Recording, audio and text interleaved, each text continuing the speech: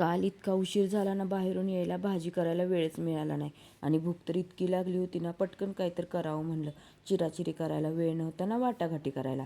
काय मग तव्यात भरपूर असं तेल घातलं, 4 ते 5 टोमॅटो अर्धे अर्धे चिरून घातले, 5 ते 6 बेडगी मिरची घातली, 3 कांदे अर्धे चिरून घातले, आल्याचे काही तुकडे घातले, लसूण सोलून ठेवला होता, बरं झालं तोही घातला आणि झाकण ठेवून 5 मिनटं शिजून दिले. नंतर झाकण काढून सगळे टॅमॅटो उलटून 5 मिनटं परत शिजून दिले.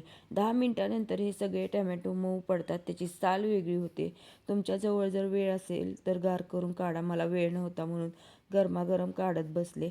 आता मिक्सरच्या भांड्यात काढून घेतले, 2 चमचा गूळ घातला. माझ्या घरात असं आंबट गोड तिखट आवडतं. तुम्हाला आवडत असेल तर घाला, नाही तर स्किप करा. ह्या सगळ्याला मी बारीक करून घेतलं. एका पॅनमध्ये थोडं तेल घालून जिरे, हिंग आणि कढीपत्त्याची फोडणी दिली व हे सगळे सारण घातले आणि मीठ आणि हळद घातली. पाणी सगळं आटूपर्यंत याला छान परतून घेतलं बघा. 2 चमचे शेंगदाण्याचा मोठा असा कूट घातला, कोथिंबीर घातली. मस्त अशी झणझणीत झटपट टॅमॅटोची चटणी तयार झाली आहे ना, इतकी मस्त लागते काय सांगायचं.